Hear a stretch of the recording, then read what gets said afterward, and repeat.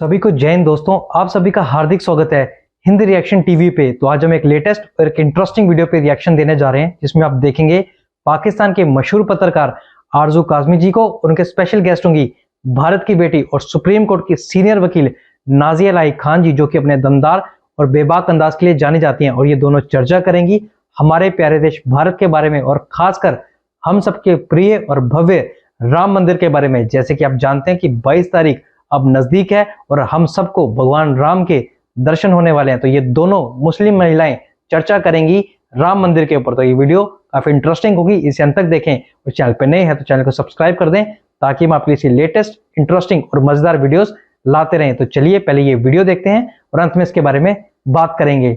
जय हिंद, जय भारत, जय श्री राम। हमारे साथ हैं जी आप सबकी जानी पहचानी नाजिया इलाही खान। बहुत शुक्रिया नाजिया, क्या जा पाएंगे। Thank you so much. Vande Mataram, जय श्री राम, भारत माता की जय। थैंक यू सो मच आरजू जी, मुझे बुलाने और के लिए। बहुत शुक्रिया। और आज हम बात भी राम मंदिर की ही करेंगे। और आपने जैसे कहा कि जय श्री राम, तो आज राम मंदिर की बात करेंगे। तो मैं भी जय श्री राम बोलती हूँ आपको।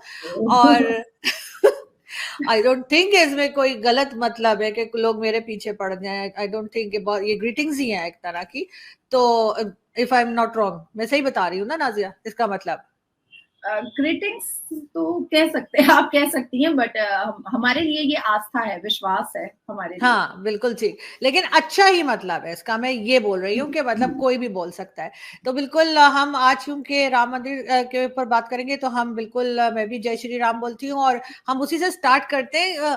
क्या तैयारी चल रही है? और ये भी कहा जा रहा है कि कई लोग इंडिया में जो मुस्लिम्स हैं उनको ऑब्जेक्शन भी है, कुछ तो खैर मान गए हैं। साथ साथ कांग्रेस की जो सोनिया गांधी जी हैं, उन्होंने पहले कहा था कि वो जाएंगी, अब सुना है कि नहीं जाएंगी। और उससे भी पहले उन्होंने बोला, कांग्रेस पार्टी की तरफ से पाकिस्तान में भी बताया जाता है कि जी मूर्तियां तो खुद ही रख दी थी, वहां तो कुछ था ही नहीं। और इस किस्म की चीजें चल रही हैं। तो सबसे पहले क्या सेलिब्रेशन के लिए क्या तैयारी हो रही है? बहुत जबरदस्त। मतलब मुझे ऐसा लगता है कि ऐसी दिवाली भारत ने कभी नहीं देखी 76 साल में, जो 22 जनवरी को हम लोग देखने वाले हैं। और जिसकी तैयारियों में कोई क्लॉक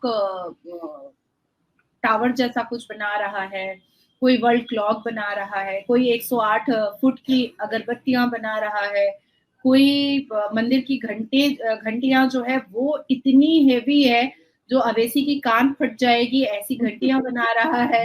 तो अपने अपने तरीके से हर एक व्यक्ति अपने अपने तरीके से भगवान राम जी के आने की खुशी को पालन करने में लगा हुआ है। कुछ लोग पैदल यात्रा कर रहे हैं, कुछ डिसेबल हैं जो व्हील चेयर पर यात्रा कर रहे हैं, कुछ साइकिल पर यात्रा कर रहे हैं, कोई स्केटिंग करके कहीं किसी और शहर से अयोध्या पहुंच रहा है। तो मैं इतना कह सकती हूँ आरजू जी कि हमने 76 साल में भारत ने जो दिवाली नहीं देखी है, वो दिवाली हम 22 जनवरी को देखने वाले हैं। और राम मंदिर is not just a temple, is not just a temple. Ram Mandir is a civilization of Bharat. Ram Mandir is a pride of Bharat. Ram मंदिर से हमारी आस्था, विश्वास, हमारी श्रद्धा जुड़ी हुई। और 500 वर्षों की तपस्या और बलिदान के बाद सनातनियों को प्रभु राम लल्ला की जगह वापस मिली है। इससे बड़ी बात तो कोई हो ही नहीं सकती है, कुछ नहीं हो सकता है। और जोड़ा अवेसी से लेकर के जो भी मुसलमान अभद्र टिप्पणियां कर रहे हैं, मैं उनसे पूछना चाहती हूँ कि अगर प्रॉफिट मोहम्मद की 12 शादियों पर बात कर दी जाती है, तब तो आप लोग बड़ा गुस्ताख रसूल की सजा सुनाने लगते हैं, लोगों को मर्डर की धमकियां देने लगते हैं।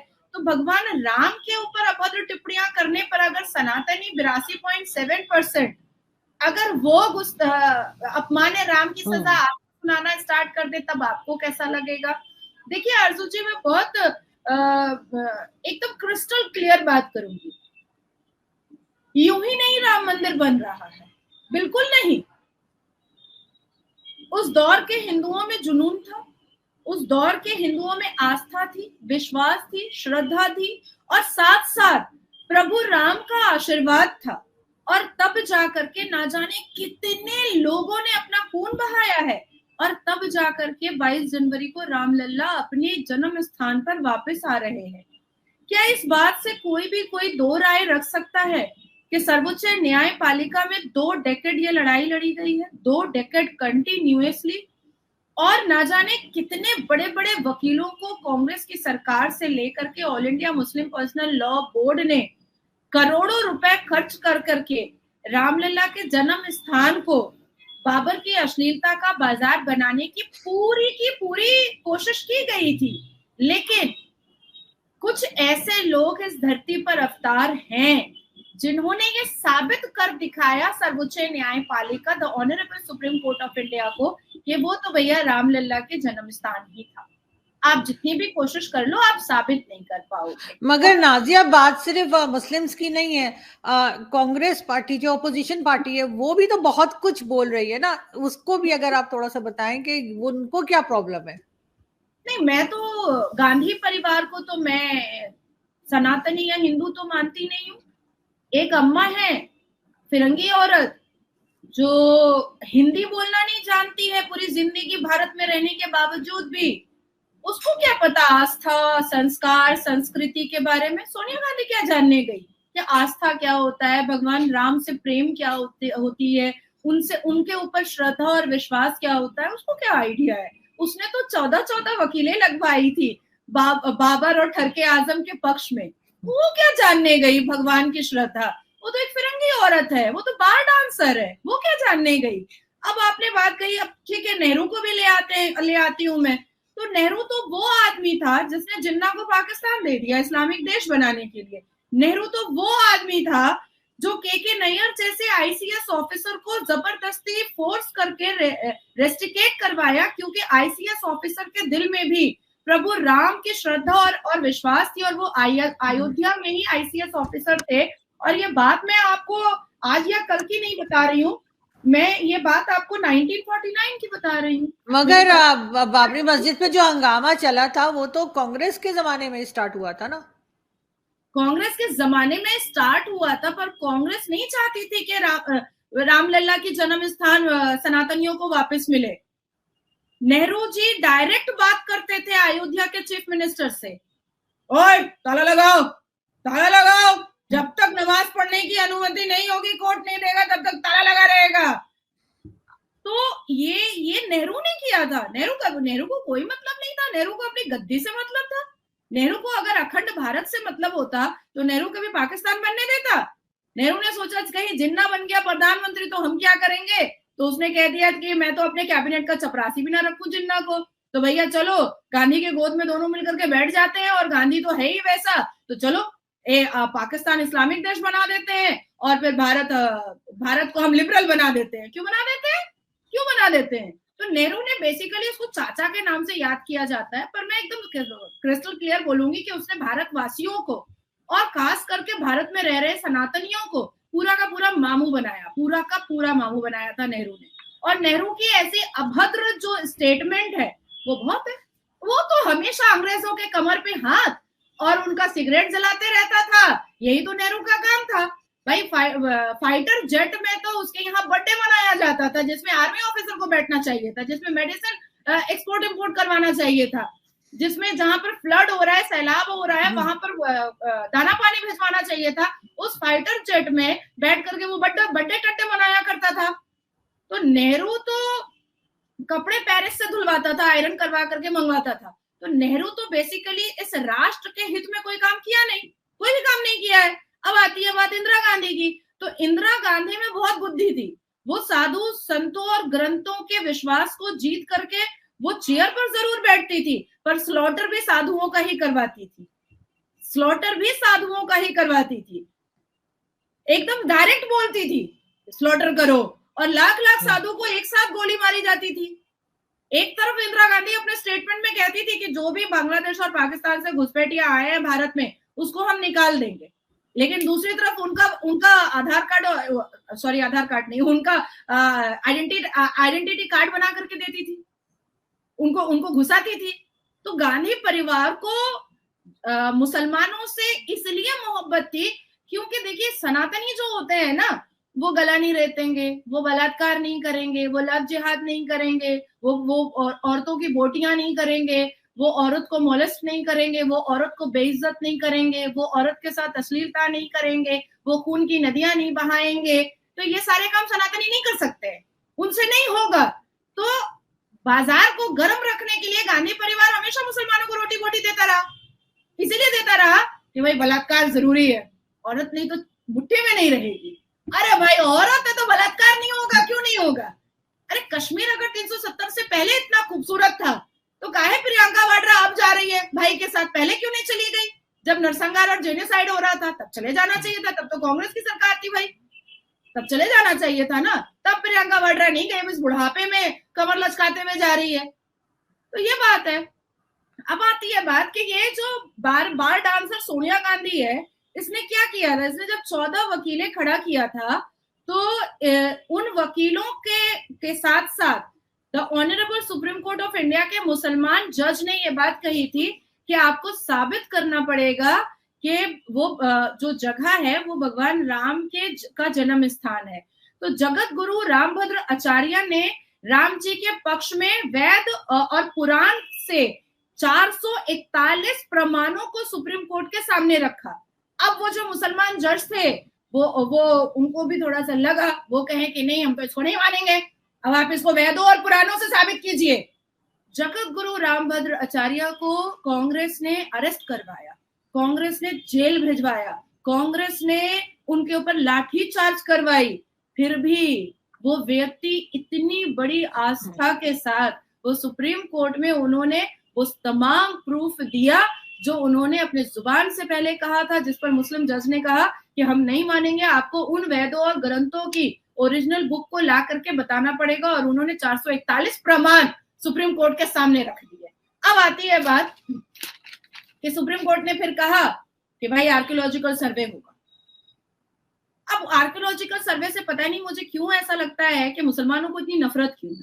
आज मुझे कोई कहेगा कि नाजिया तुम लड़की नहीं हो, तुम औरत हो, मैं कहूंगी भाई मेरा टेस्ट करा लो, मैं औरत हूं, मैंने एक बच्चा पैदा किया है, अब मैं लड़की नहीं रह गई, अब तो मैं पूरी औरत हो चुकी हूँ, तो मैं तो खुद बोल दूंगी, मैं खुद अपने आप से बोलूंगी कि अगर किसी ने ऑब्जेक्शन उठाया है या क्वेश्चन लगाया है, क्वेश्चन मार्क, तो मुझे बोलना चाहिए।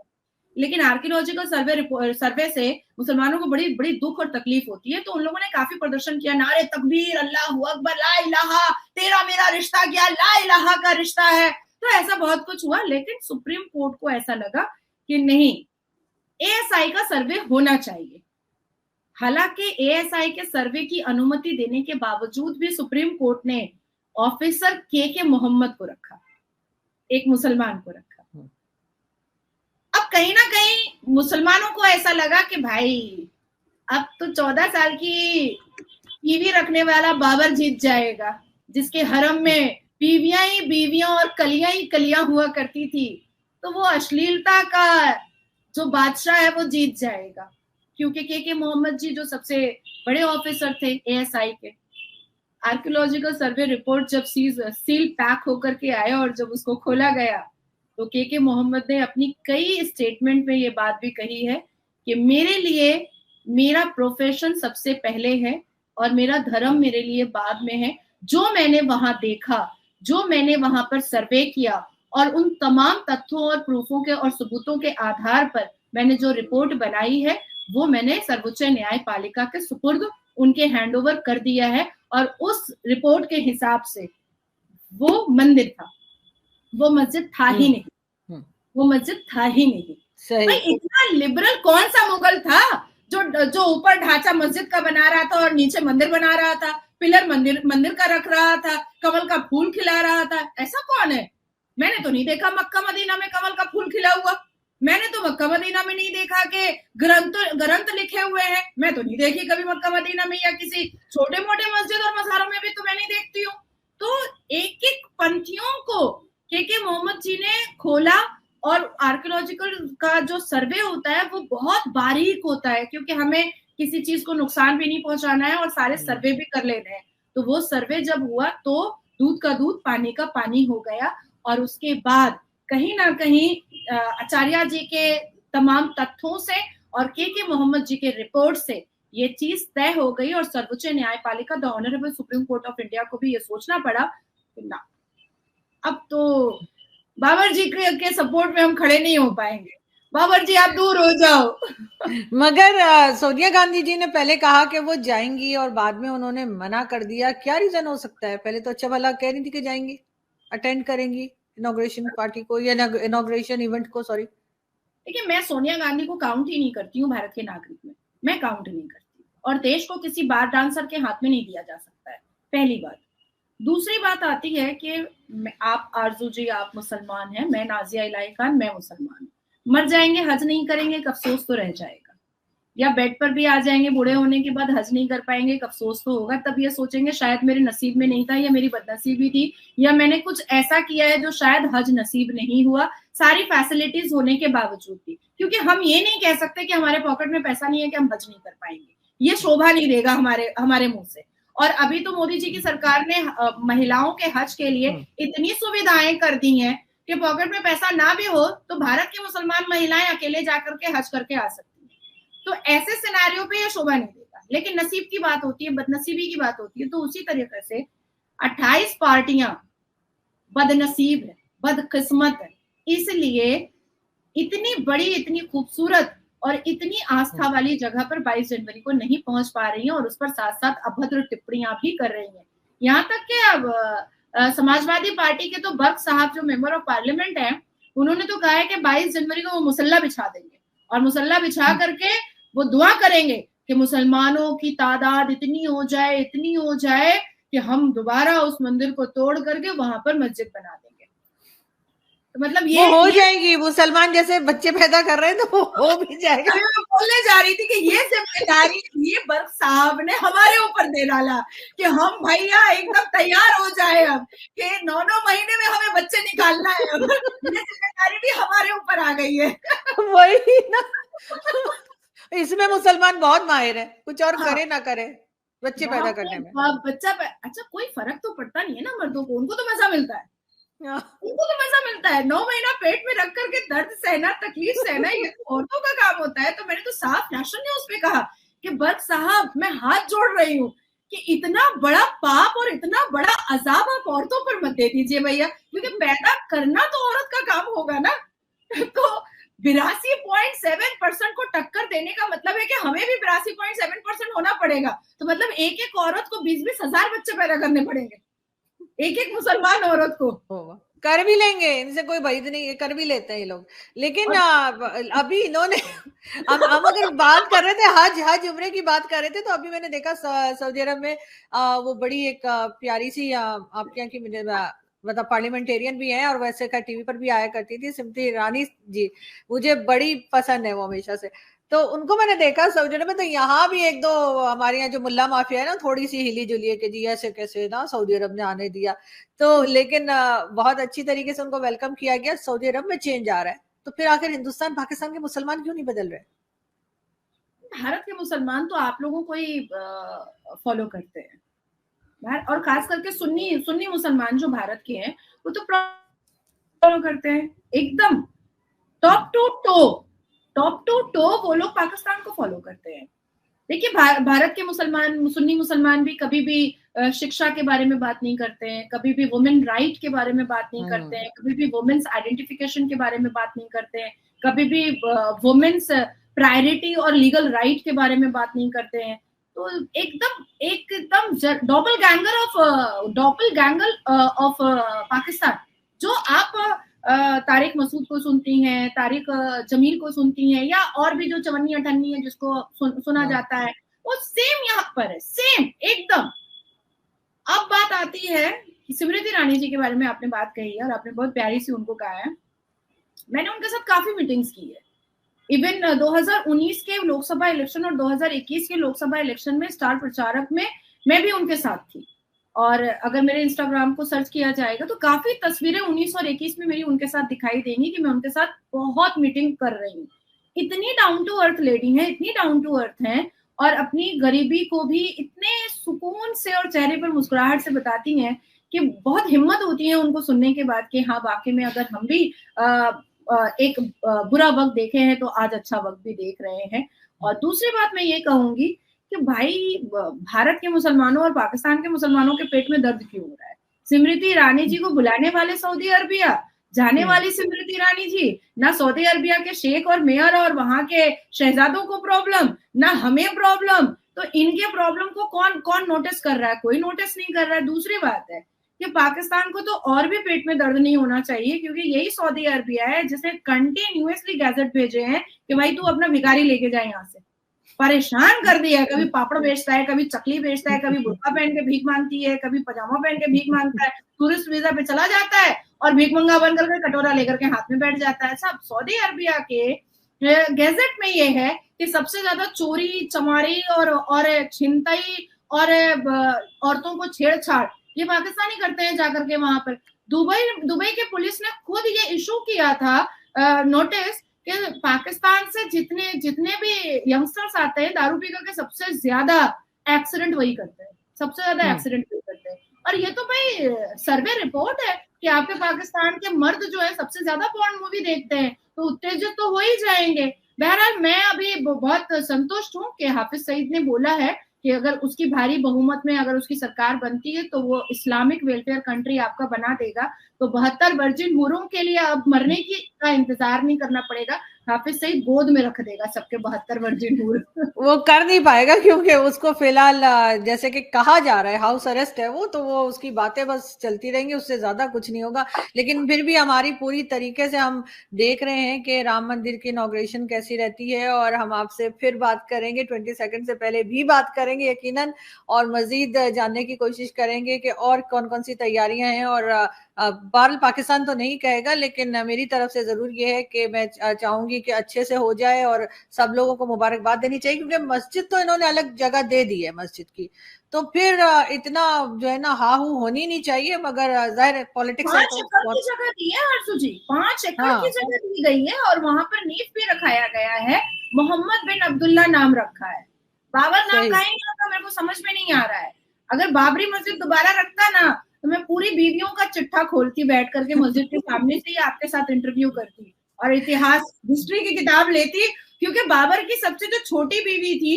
वो मात्र 13 साल की थी, जो उसके हरम में उसके पास ही रहा करती थी, वो हटाता नहीं था क्योंकि बहुत छोटी थी ना, तो शायद बच्ची यार 13 ईयर की क्या बच्ची का आप इमेजिन कर सकते हैं, नहीं पता नहीं। लेकिन बहरहाल अच्छी बात यह है कि बहरहाल इनॉग्रेशन होने जा रहा है और हम यही दुआ करते हैं कि खैरियत से हो और सभी के लिए अच्छा रहे, इसलिए कि दुआ आप कहीं भी पढ़ सकते हैं। मैं तो खैर मंदिर में भी दुआ पढ़ लेती हूँ, मैं तो चर्च में भी पढ़ लेती हूँ, मैं हर जगह पहुंच जाती हूँ, इसलिए तो मेरा ख्याल है कि सबको जो है वो आराम से इस चीज को हो जाने देना चाहिए। और हम आपसे फिर भी बात करते रहेंगे। Thank you so much. मैं 16 से 22 वहीं रहूंगी, 16 से 22। फिर तो हमें कुछ पिक्चर्स भी भेजिएगा, जो तैयारी चल रही है वो भी हम देखना चाहेंगे, तो बिल्कुल वो अपने मोबाइल से बना के मुझे भेजिएगा। बहुत शुक्रिया, थैंक यू सो मच। जय श्री राम। दोस्तों आशा करता हूं कि वीडियो को आपने अंत तक देखा होगा और आरजू काज़मी जी और नाजिया लाई खान जी का यह मजेदार डिस्कशन आपको काफी पसंद आया होगा और इसमें आपको बहुत कुछ जानने को मिला होगा। तो जैसे कि हम जानते हैं कि 22 तारीख अब बहुत ही निकट है और हम सबको अब तैयारी कर लेनी चाहिए एक बार फिर से दीपावली मनाने की, क्योंकि अब सबके प्रिय भगवान राम यानी राम लल्ला अब पधार रहे हैं और हम सबको उनके दर्शन होंगे, तो हम सबको उनका स्वागत बड़े ही प्रेम के साथ करना चाहिए। और दूसरी हमने देखा ना सिर्फ भारत में बल्कि पूरे विश्व भर में चढ़ चुका है, हमने देखा चाहे यूरोप हो चाहे अमेरिका हो, वहां से भी भगवान राम के लिए जो रैलीज निकल रही हैं उनकी तस्वीरें आ रही हैं। और हमने देखा कि जो हमारा भगवान राम जी का मंदिर है उसके नाम कई सारे गिनीज वर्ल्ड रिकॉर्ड्स भी हैं। और हम देख रहे हैं कि 22 तारीख को जब इसका उद्घाटन होगा तो बहुत सारे सेलिब्रिटीज भी आने वाले हैं और पूरी दुनिया की नजरें हमारे भगवान राम के मंदिर पे होंगी। और इस वीडियो में एक बात मुझे सबसे अच्छी लगी कि आपने देखा कि जैसे नाजिया खान जी ने जय श्री राम बोला तो आरजू काज़मी जी भी मजबूर हो गई जय श्री राम बोलने के लिए। हमारे प्रभु का रंग ही कुछ ऐसा है कि वो हर एक इंसान पे चढ़ के बोल रहा है, चाहे वो हिंदू हो या मुस्लिम हो। तो आशा करता हूँ वीडियो आपको काफी पसंद आई होगी। अगर ये वीडियो आपको अच्छी लगी है तो इसे लाइक और शेयर जरूर कर दें और अपने विचार हमें कमेंट सेक्शन में लिखकर जरूर बताएं। और एक बार फिर चैनल पर नए हैं तो चैनल को सब्सक्राइब कर दें ताकि हम आपके लिए लेटेस्ट इंटरेस्टिंग और इंपॉर्टेंट वीडियोस लाते रहें। तो चलिए फिर मिलेंगे ऐसी किसी जबरदस्त और मजेदार वीडियो में, तब तक अपना ध्यान रखिए। जय हिंद, जय भारत।